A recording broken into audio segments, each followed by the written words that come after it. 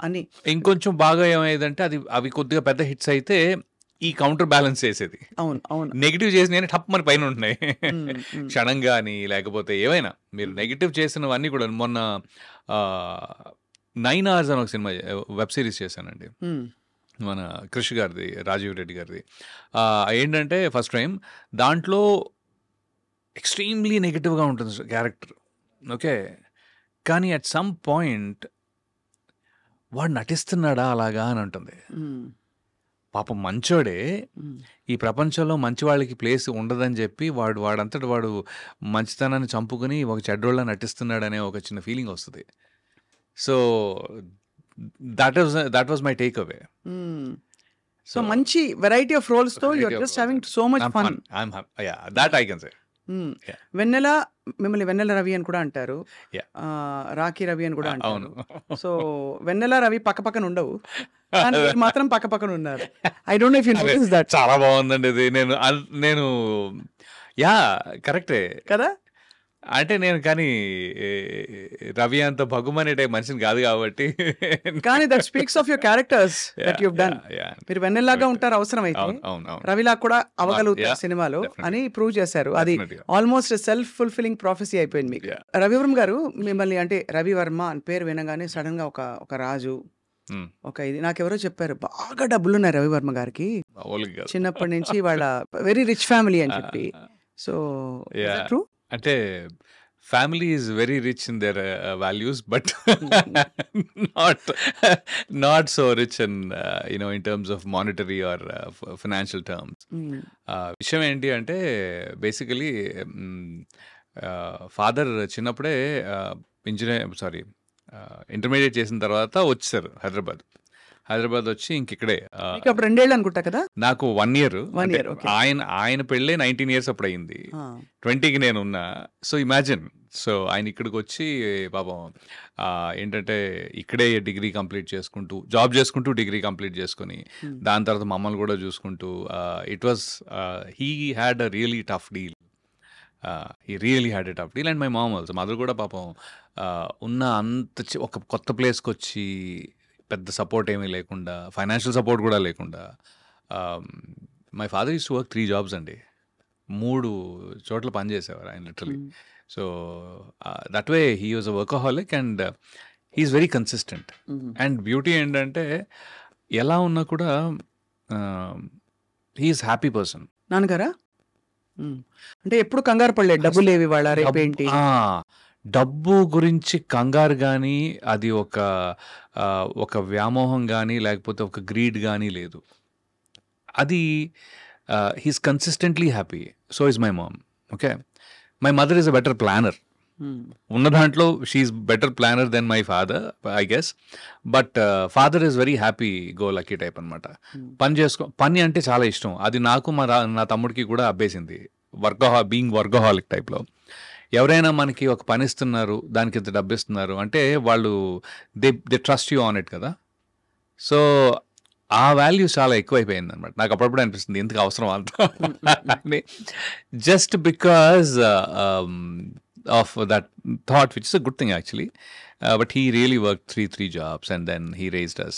పాపం ఆయన 3 ఉద్యోగాలు, పొద్దున్న ఒక 2 గంటలు, మళ్ళీ జాబ్ అయిన తర్వాత మళ్ళీ సాయంత్రం ఒక 2 గంటలు, అలాగా పిఏ లాగా లేకపోతే పిఎస్ లాగా బాగానే. బట్ ఈ అంత కష్టంలో కూడా మళ్ళీ మీరు సాయంత్రం 10 గంటలకి ఆయన నవ్వు మా ఇంటి కార్నర్లో ఫ్రెండ్స్ అక్కడ కూర్చుని ఉంటారు కదా, హాహాహా నవ్వు వినపడతా ఉంటుంది. He has done it in style. So అమ్మ ఏ వంటలు గుర్తున్నాయి మీకు చిన్నప్పుడువి? Correct, beautiful question. అమ్మ ఎగ్ బుర్జీ కాదు, గుడ్డుని బాగా కొట్టేసి ఉడకబెట్టి, ఓకే, దాన్ని మసాలా కట్ చేసి ముక్కల కూర అంటాం బేసిక్లీ, చాలా ఈజీగా చెప్పారు. ఆమ్లెట్ కూడా కాదు, అప్పుడు మనం ఒక జున్ను ఎలా ఉడకబెడతాం అలాగే ఇది కూడా బాగా ఉడకబెట్టి రాజుల వంట ఇది, పన్నీర్ టైప్. అవునా? అది నాకు స్పెసిఫిక్ గా తెలియదు. అంటే ఈ మధ్య కాలంలో నేను తెలుసుకున్నాను. అబ్బో భలే ఉంటది. అంటే లిటరలీ దాన్ని పన్నీర్ లా అనిపిస్తుంది కానీ it is egg. But then దాన్ని బాగా మ్యారినేట్ చేసి ఆ టైప్లో అది మై ఫేవరెట్. ఐ మీన్ అమ్మ వంటలో ఫస్ట్ టాప్ కొట్టేది అదనమాట. సో ఎప్పుడైనా డిఫాల్ట్ అనమాట. యా.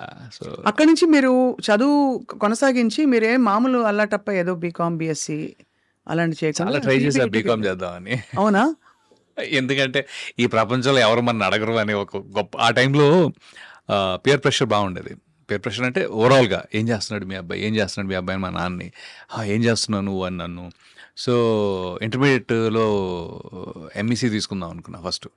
ఎంఈసీ అనగానే ఇంకెవ్వరు ఏం మాట్లాడరు, వీడు ఎట్లా బీకామ్లే, వీడికి ఎంపీసీ చదవలేక ఎంఈసీ చాలా దారుణం అండి, చాలా పాపం వన్ సైడెడ్. ఆ రోజుల్లో బీకామ్ చేసే వాళ్ళని పాపం అంటే ఇంజనీరింగ్ మెడిసిన్ చేయకపోతే వాడు ఆల్మోస్ట్ వాడికి చదువు రాదు, లేకపోతే ఇంట్రెస్ట్ అసలు వాడు ఎందుకు పనికిరాడు ఆ టైప్లో. అవునా? అయ్యో. బట్ అదే అండి, దట్ వాజ్ అ పర్సెప్షన్ ఆ టైంలో. అది ఎలా అయిందో I think especially because industrial revolution ఏమంటారు కదా ఆ స్టేజెస్లో అది మాకు చాలా నేను అరే అసలు వీళ్ళతోటి నేను ఎందుకు బయట వెళుతూ ఉంటే కూడా ఎవరో ఒక ఆయన గేట్ దగ్గర నుంచి ఏమయ్యా ఏం చేస్తున్నావు అంటారు. అరే 1కి 10 సార్లు నువ్వు ఎందుకు అడుగుతున్నావు నన్ను నేను అనుకున్నా, ఏం చేస్తాం తప్పదు, ఒక మాట అనలేము. అందుకని నేను దూరంగా కాలనీ ఇంటికి వెళ్ళాలి, కాలనీలో ఇంటికి ఇక్కడి నుంచి అలా వెళ్ళాలి అంటే ఇలా వెళ్ళేవాడిని అనమాట కనపడకుండా. బట్ ఆ ప్రెషర్లో ఐ థింక్ నేను ఎంపీసీ తీసుకుని ఫ్రెండ్స్ అందరూ ఇంజనీరింగ్, నేను కూడా ఇంజనీరింగ్ చేస్తా తప్ప I think that's how I become an engineer. I was okay, decent, I was okay with studies, మరీ బ్యాడ్ కాదు కానీ అంటే ముందు రోజు నైట్ బ్యాటింగ్లు చాలా చేసేవాళ్ళం, రాత్రి అంతా చదివేసుకుని పాస్ అయిపోయేవాళ్ళం. సో కానీ సిబిఐటి అంటే సీరియస్ గుడ్ కాలేజ్. ఏదో మనకి కొన్ని అడ్రస్ లేని కాలేజీలు ఉంటాయి. కనక విలాస్ కాలేజ్ ఆఫ్ ఇంజనీరింగ్ అన్నారనుకోండి, ఎక్కడుంది ఆ కాలేజ్, ఉందా అండి అని అడుగుతాం మనం. సిబిఐటి అంటే ఒక స్టాండర్డ్ కాలేజ్. సిబిఐటి నాకు ఒక ఏమంటారు ఒక క్వాలిటీ ఇచ్చిందండి, డెఫినెట్గా ఒక ఎక్స్పోజర్ ఇచ్చింది. ఎందుకంటే దాని నుంచి చాలామంది యూఎస్ కానీ లేకపోతే మాస్టర్స్ అని కానీ, ఇంకోటి ఏంటి అంటే నాకు కాలేజ్ లైఫ్ బహుశా 4 ఇయర్ కాలేజ్లో సెమిస్టర్ సిస్టంలో కొద్దిగా ఎక్కువ మీరు డెవలప్ అవుతారని ఫీలింగ్ ఉంది నాకు. అదే 3 ఇయర్స్ అనుకోండి, ఫస్ట్ ఇయర్ కాలేజ్కి వెళ్ళంగానే అమ్మో ఇదేంటి చాలా కొత్తగా ఉంది అనుకుంటాం. కరెక్ట్గా 1 ఇయర్ సెకండ్ ఇయర్లో కాలేజ్ లైఫ్ని ఎంజాయ్ చేసి లోపల థర్డ్ ఇయర్ వచ్చేసి టప్ప నెక్స్ట్ ఏంటి అయిపోద్ది. అదే ఇంజనీరింగ్లో ఏంటంటే ఫస్ట్ ఇయర్లో సెటిల్ అవుతారు, ఇంకా చాలా టైం ఉంది కదా అని. Second year, third year, fourth year, first sem దాకా అంటే 2.5 ఏళ్ళు మీకు మీ మెంటల్ డెవలప్మెంట్కి చాలా టైం దొరుకుతుంది. ఫోర్త్ ఇయర్ సెకండ్ సెమిస్టర్ దాకా మీకు హడావిడి రాదు యాక్చువల్గా, అదర్ దెన్ జిఆర్ఈ టోఫిల్లో ఏదో చదువుకుంటారు తప్ప.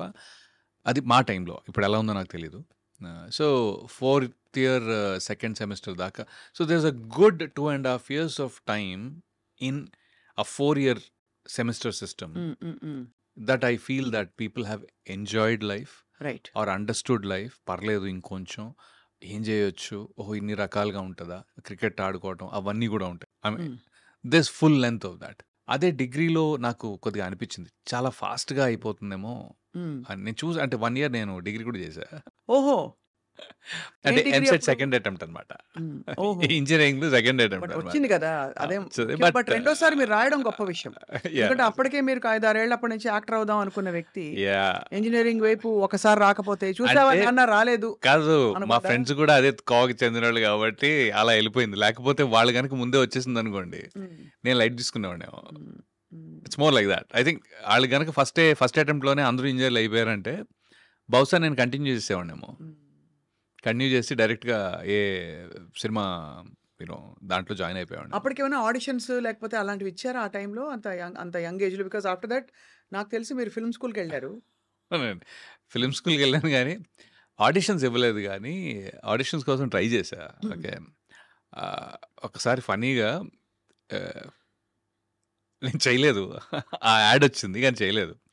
యాడ్స్ కోసం ఆడిషన్స్ పెట్టారు. అక్కడ దాకా వెళ్ళిన తర్వాత అది వెస్టర్న్ బ్రీఫ్స్ ఉంటుంది కదా,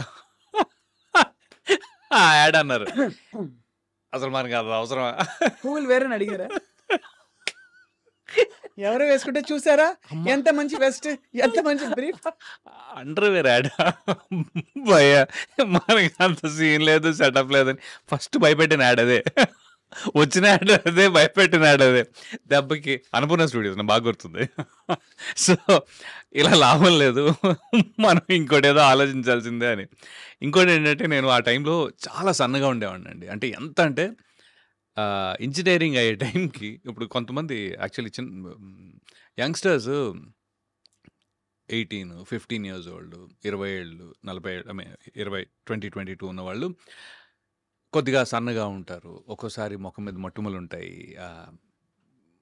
నేనేది ఏంటంటే, వాళ్ళు పాపం ప్రతి చిన్నదానికి కాన్ఫిడెన్స్ లూజ్ అవుతూ ఉంటారు. ఓకే, అది అస్సలు అది పట్టించుకోవద్దు అని నాకు చెప్పాలని ఉంది. I want to tell that to that youth of, from 12 years to 22 years or 20. ఇప్పుడు చెప్పాలందా, అప్పుడే చెప్పాలండి? అప్పుడు కూడా ఉండేది, ఇప్పుడు కూడా ఉంది. ఎందుకంటే అరే నేను చాలా సన్నగా ఉండేవాడిని, నాకు అసలు ఒంటి మీద చిన్న కండ కూడా లేదు, ఏంటి నా లైఫ్, ఆ టైప్లో బట్ ట్రస్ట్ మీ, వాళ్ళు షేప్ భలే షేప్ అవుతారు తర్వాత. దే విల్ బీ లైక్ ఒక 25-30కి వచ్చేటప్పటికి చాలా హ్యాండ్సమ్గా, పర్ఫెక్ట్గా భలే తయారవుతారండి. I think that's very important to not lose your own confidence unnecessarily. నాకు మొటిమలు వచ్చాయి, అయ్యో ఇదేదో అయిపోయా, లేదు. అవన్నీ దట్ ఈస్ గ్రోయింగ్ స్టేజ్లో ఎప్పుడు కూడా నేను ఇలా ఉన్నాను ఏంటి, అలా ఉన్నాను, మనం కించపరుచుకుని కాన్ఫిడెన్స్ లూజ్ అవడం చాలా తప్పు, దండగా, వేస్ట్ పని. ఆ టైంలో యాక్చువల్గా చేయాల్సిన పని మీద కాన్సన్ట్రేట్ చేస్తే అవి ఇవి రెండు బాగుంటాయి. ఇది ఎందుకంటానంటే, నేను ఇంజనీరింగ్లో నాకు 40 కేజీలు అండి, నేను like 40 kgs. I'm 5'11" height, 40 kilos అండి, 40 కేజీస్ అంటే అసలు అంటే లిటరలీ అనమాట. అప్పటికి పర్లేదు, బాగానే ఉన్నాను. కానీ by end of that time 44, 46 western brief add వచ్చింది. అవును, that's the point. 44 kgs, 45 kgs అంటే చాలా దారుణంగా ఉండేవాడిని. అంటే సన్నగా బోన్స్ కనపడుతూ టైప్లో. అయితే but then the beauty is, I was 30 when I did Vennela. Vennela టైంకి నేను 30 ఏళ్ళు, నాకు లిటరలీ 29-30 స్టేజ్లో ఉన్నాను. శర్వా అనమాట, ఏంటి భయ్య, ఏంటి నువ్వు కాలేజ్ స్టూడెంట్లా ఇంకా ఎలా ఉన్నావు అని. But that's what I'm saying. But ఒంటి తత్వం అది మీది, లేకపోతే?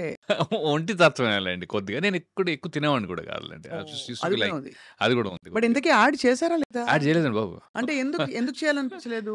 అంటే భయం వేసింది. అంటే మనం ఇలా కరెక్ట్ గా పోస్టర్ అక్కడ వేసాడు అనుకోండి, పొరపాటు. అంటే దానికి చాలా ధైర్యం కావాలి. ఒక అండర్వేర్ యాడ్ చేయాలంటే ఒక మనిషికి చాలా ధైర్యం కావాలి. యాక్చువల్లీ నాకంత లేదు, అప్పుడు లేదు, ఇప్పుడు లేదు.